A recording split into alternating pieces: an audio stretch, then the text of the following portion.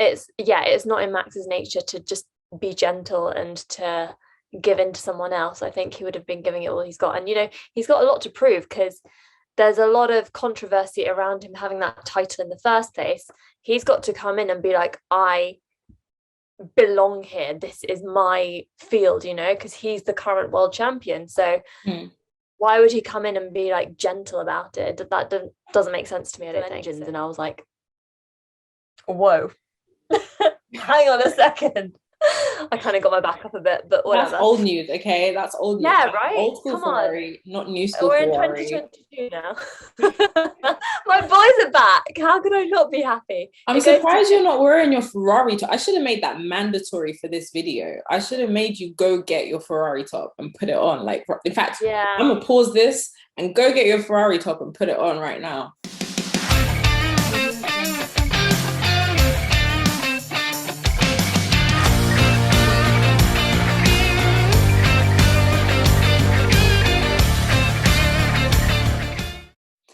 Hi, welcome back to On the Chicane. You're here with me, Paris, and my co-host Marium, and we are going to talk to you today about the Bahrain Grand Prix, the first race of the 2022 season. We are back, guys. We are so happy to be back.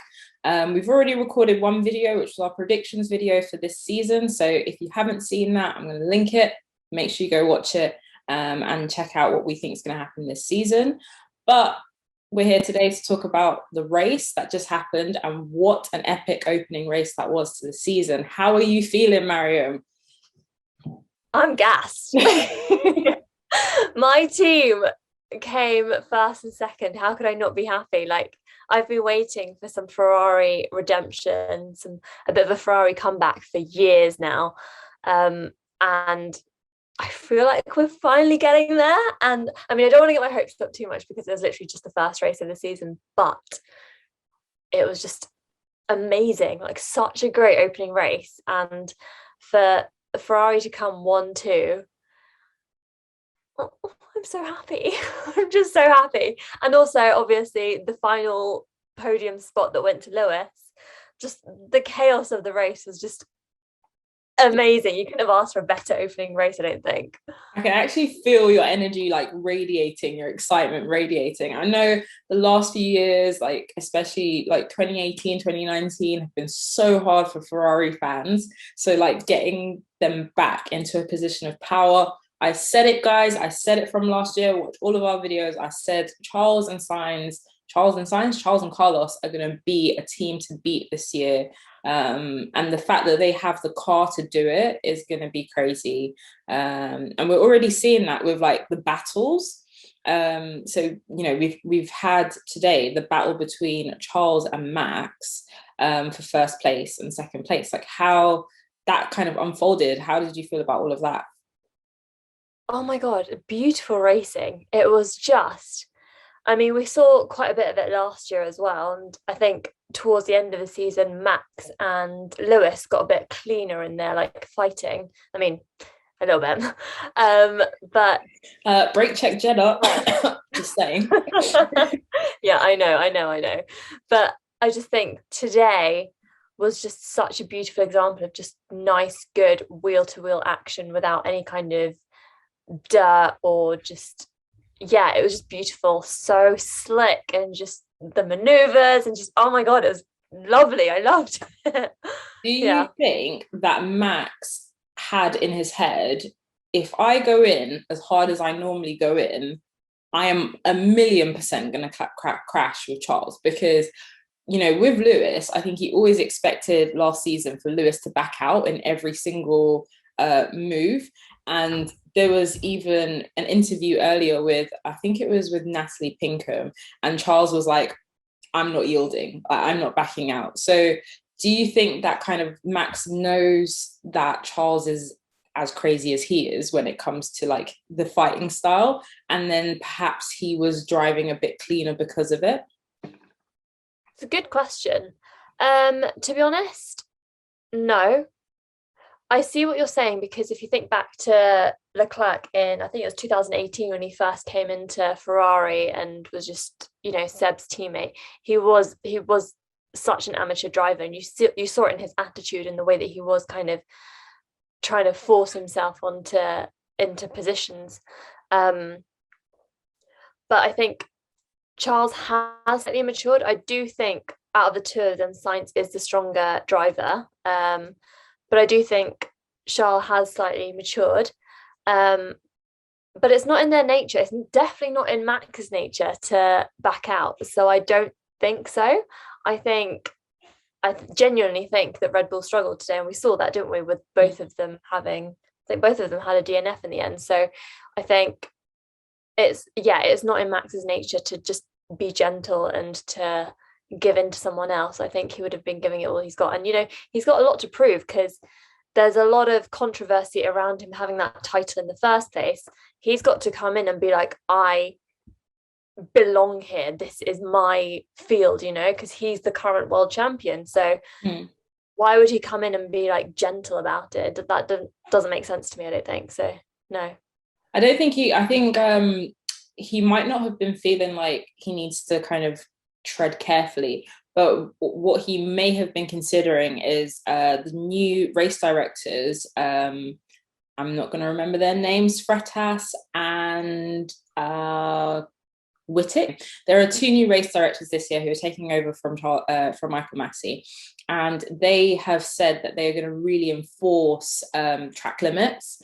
And as we know, usually when Max is trying to complete a maneuver, he tends to kind of use the racetrack, the edge of the racetrack, and sometimes way off of the racetrack in order to kind of to commit to these maneuvers. So I think maybe he might have been thinking, I need to at least stay on the track and stay in between the white lines, and that kind of made him, it forced him almost to drive a bit better.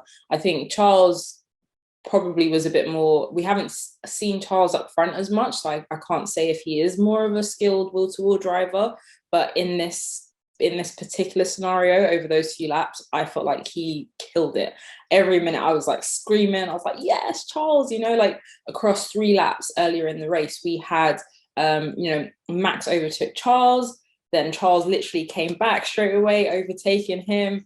And then I think, Charles managed to like hold on to it. So I just thought it was brilliant. I love to see it. And I think it's a testament to the 2022 cars as well, like that allowed them to drive that way. Yeah, very close racing as we saw. And I think you were obviously doing the live tweeting on our account today, and you pointed out that across the field, all the cars were kind of in their sets. Yeah. So yeah, it goes to show how much the teams have done and how much they've still got to do in terms of the development of their 2022 cars. But yeah, I do think the racing between Max and Charles was beautiful, and I'm just so proud of Charles for holding on to that lead and not giving in to Max, because I do think he drove beautifully today. He commanded the race, right? Bad. Like he kind of stayed on top of it from beginning to end. So well done, Charles, man, definitely. And big shout out to Sainz as well for holding up and pulling up in second at the end, which was caused by the fire. Well, what allowed him to be able to kind of catch up to Max Verstappen, because by then there was quite a big gap between first and second and third. But Gasly's car caught fire, didn't it? So that was like a massive, crazy moment. He pulled over. I heard Ted Kravitz mention that it was even like almost the exact same place that Romain Grosjean's massive fire happened in 2020. So, like I think it was just an unfortunate issue for Pierre Gasly and AlphaTauri. Yeah. It was a bit of a shame. Yeah. I was thinking it's a bit of a weird one because I mean, I don't know, is Bahrain becoming synonymous with like cars catching on fire? Because we had the whole situation with Grosjean, which was obviously extreme and really scary. And even today, Gasly's car catching on fire, we haven't seen that for a while, and it was just a bit surprising. I mean, you saw like on the replay, we saw that his car just completely lost power. And I don't know, is there something going on with the Red Bull powertrains? Because Tsunoda's the only one with the Red Bull powertrain that actually completed the race. So I think it was just a really unlucky coincidence because so we had the 3 Red Bulls that DNF'd, but sorry, the 3 Red Bull powered cars that DNF'd, and actually they're Honda powered cars, but you can't call them Honda powered cars anymore because it's not. We won't get into that political mess. But so I think Verstappen and Perez, they DNF because of a fuel pump issue. And the fuel pump that is supplied to Red Bull is supplied to all of the teams. So actually their issue wasn't a Red Bull caused issue. And the issue with that Max was talking about with his power steering was caused by a mechanical issue. So it was when the pit stop crew like hit the jack, they accidentally dislodged something that caused an issue with the power steering. So it just happened. It was like a really, really unfortunate coincidence. yeah, but happy coincidence because I'm not gonna lie, I was not upset. Yeah, I wasn't upset about the Red Bull thing at all. Yeah. Was upset for Gasly because we've all got a bit of a soft spot for Gasly, right? And he was the first guy to DNF in this race. And it was kind of like, I think it was Brundle who at some point was like, it's surprising we managed to make it like halfway through the race and there's no DNFs. And then all of a sudden Commentator curse. Gasly's car just catches on fire. But luckily, like he managed to jump out and the marshals managed to put that out. But obviously that then caused the safety car. It was a virtual safety car, which then became a safety car, which then led on to the cars kind of, being backed up and just an epic restart because Charles managed to keep the lead with Verstappen right behind him. And then I guess, just an insane ending to that race. I can't even. It's quite funny because I was talking to a friend of mine and I was like, watch the race, and he was like, no, it's the first race of the season, who wants to see that? It's going to be so boring. And I was like, are you sure? We've got new cars and everything, I don't think it's going to be boring. And he was like, yeah, it's going to be so boring. He ended up tuning into the race and seeing what happened, and I was like, yeah, I told you. Great. We know our sport. No, it's always kind of great television and you never know what could happen. Like I don't think anyone thought Pierre Gasly of all cars would just like crash out towards the end of the race. I think it's going to be interesting to see over the next few races which cars have great reliability and which ones don't. I think there's potentially some talk about like the Mercedes PUs, the Mercedes power units, because for a large amount of the race, the cars that were running towards the bottom were the Mercedes supplied customer teams. So you had Aston Martin, Williams, and McLaren all running near the back. I think, I don't know, I mean, I'm not an engineer, but it seems to me like that's just kind of like pushing an issue onto Mercedes that isn't necessarily there, or maybe it's a contributing factor but not a main factor. I don't know what you think.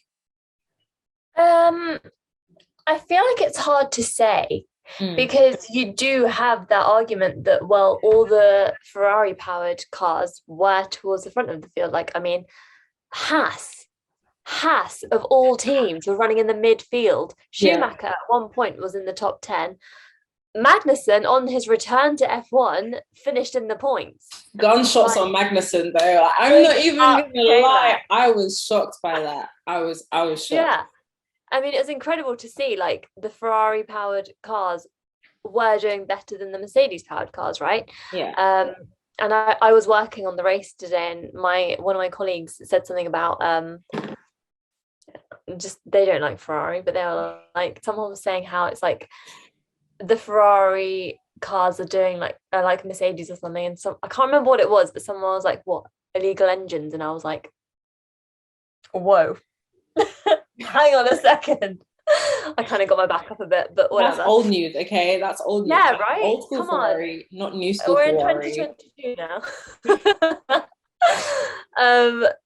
So I mean, it is a bit of a coincidence that you do have the Ferrari powered cars at the front of the grid and then the Mercedes powered cars at the back of the grid. But then that being said, Hamilton finished on the podium and also Russell finished in the points. So Mm-hmm. why is it that that car is doing better than the rest of them, whereas all of the Ferrari cars were collectively doing well, you know? So Yeah. maybe it is more of an individual problem as opposed to, because I know that, for example, Aston Martin, Lawrence Stroll has been going on for ages about this 5-year plan that they've got, where they're focused on like the long term. So again, like, are they really focused on this year?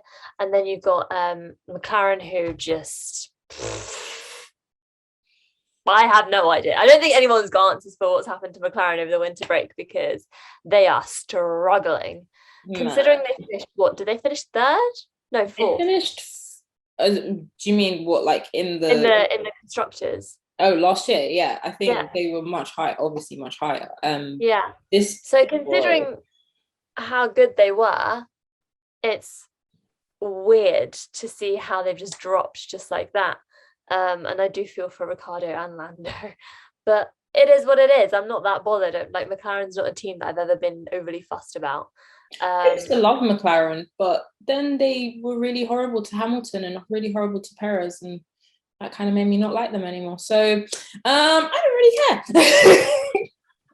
Yeah. No, I think it's unfortunate to see them kind of at the back and really struggling. But they've had issues with brake ducts, they've Yeah. had issues with water leaks, they've had so many other issues that you can't attribute it just to the PU. Aston Martin, they were heavy, they were like the heaviest car. So clearly, like, they're running a package that is not as swift as other cars. You need some sort of drag reduction from the weight of your car. If it's too heavy, it's literally just going to weigh it down. So,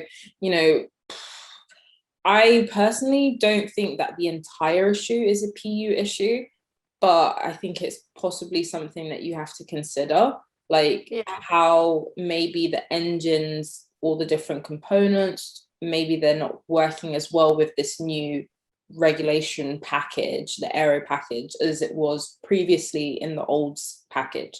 And I think there's just something to be looked at there between the connection for that, but that is something that I am not qualified to do. So I don't know, it's just really interesting discussion. But as you said, Mercedes does have one of the best driver on the grid and one of the best young drivers on the grid, and they were able to capitalize on the issues that Red Bull had. So regardless of how lucky they were, in order to be lucky, you have to be in the right position. And if they were at the back of the grid, they wouldn't have been able to capitalize on that. Lewis Hamilton would not have got third today, and Russell wouldn't have got fourth. So what else can we really say about that? Yeah, I think it was amazing. Honestly, I was just sat there watching the race thinking, I really want the Ferraris to finish 1-2 and then Hamilton to somehow get past Perez and get up on the grid and just finish third. And it happened, and I was just like, God's watching over me today and listening to what I want, because I couldn't have been happy with that podium. I genuinely couldn't have. I mean, I literally said yesterday, and I literally said in the predictions video, if Mercedes are not finishing first, I just want Ferrari to finish first and Mercedes to finish ahead of Red Bull. And that's what happened. And that's I would have loved to have seen Horner's face today. Like, I would have loved to have been a fly on the wall in the Red Bull garage. Because honestly, I just really hope they get it this season. I really hope they struggle. Sorry, Red Bull fans, if you're watching this, don't hate us too much. We are, it's only because of Christian Horner. We're unbiased, but we're not unbiased. We're very biased, but we're just very honest with our bias. I don't hate Max. It's bloody Christian Horner that I just can't stand. I agree. So if you had a better team principal, maybe would be like, all right, and we love Perez as well. So it's not like we hate Red Bull. I'm literally like Queen Checo. Your peeps, your higher peeps. We don't like them. So yeah, I don't blame Max. I still don't blame Max for what happened in Abu Dhabi. It wasn't his fault. It was the stewards and the race director, I think. Okay, I mean, like, I'm not as principled as you, so I do not like Max, but that is a different story. Yeah, I mean, I don't think he's amazing. I don't love Matt. I'm not going to sit I here and be like, definitely I'm dislike Max's biggest Christian, fan.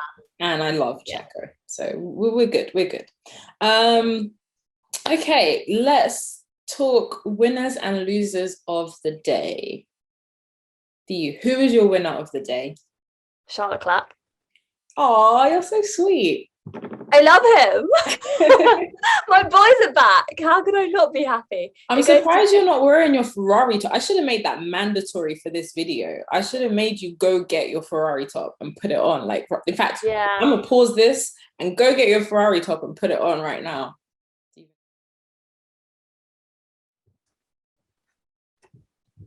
Okay, I'm back. Oh shit, she's back and she's in red. Oh my god. Oh my god.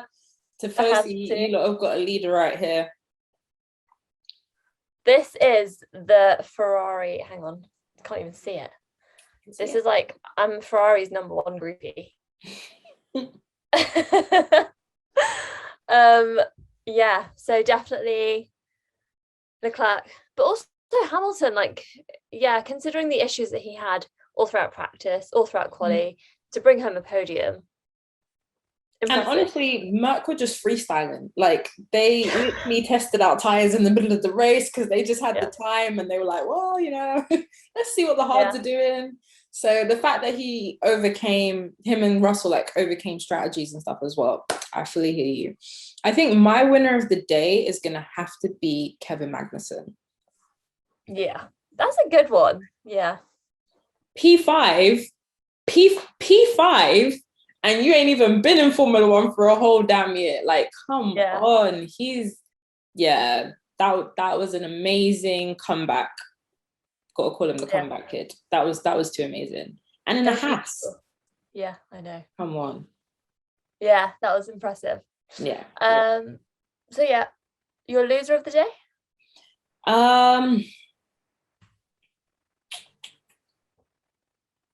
Max. Yeah.